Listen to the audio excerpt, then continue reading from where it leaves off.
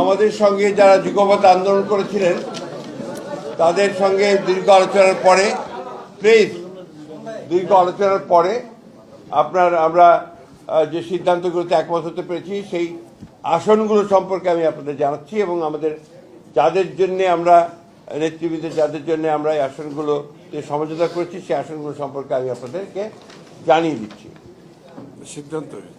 আমাদের সিদ্ধান্ত হয়েছে সেই সম্পর্কে আমি জানিয়ে দিচ্ছি। ইতিমধ্যে আপনারা আমাদের যিনি যোগ দিলেন এলডিপি থেকে ডক্টর রিদওয়ান আহমেদ এলডিপি থেকে যোগ দিলেন, আমার বিএনপিতে যোগ দিয়েছেন, তার জন্য আমরা কুমিল্লা ৭ এই আসনটি আমরা এটা তাকে দেওয়া হচ্ছে।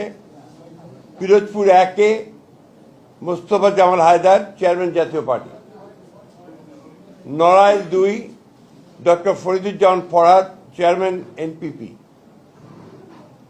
যশোর ৫ মুফতি রশিদ বিন ওয়াক্কাস, ইসলামী ঐক্য জোট।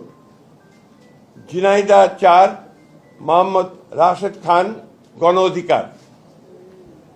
ববি হাজ্জাজ এনডিএম, তিনি বিএনপিতে যোগ দেবেন এবং সেটা ঢাকা ১৩। বিপ্লবী ওয়ার্কার্স পার্টির জনাব সাইফুল হক, ঢাকা ১২। মাহমুদুর রহমান মান্না, বগুড়া ২ নাগরিক ঐক্য। নুরুল হক নূর, গণ অধিকার, পটুয়াখালী ৩।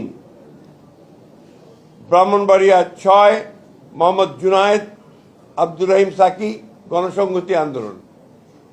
এটা আমরা ঘোষণা করলাম, এরপরেও আলোচনা চলবে। তারপরে যদি আরো কোনো সিদ্ধান্ত হয় সেই সিদ্ধান্ত আবার পরবর্তীতে আমি আপনাদেরকে জানাবো। ধন্যবাদ।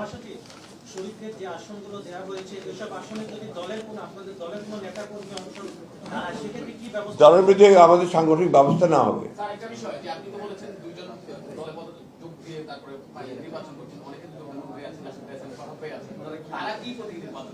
তারা তাদের প্রতিক্রিয়া কেউ করবেন, আর যারা অনেকে যারা যোগ দিয়েছেন তারা বিএনপির প্রতীকে ধানের শীষে করবেন, তারা তাদের প্রতীক নিয়ে নির্বাচন করে সিদ্ধান্ত নিয়েছেন। সেখানে আমাদের কোনো প্রার্থী থাকবে না। আর এনপিপি করবে ধানের শীষ নিয়ে। জি না, এটা তো আপনার এটা হচ্ছে তাদের কোনো নিবন্ধন নাই।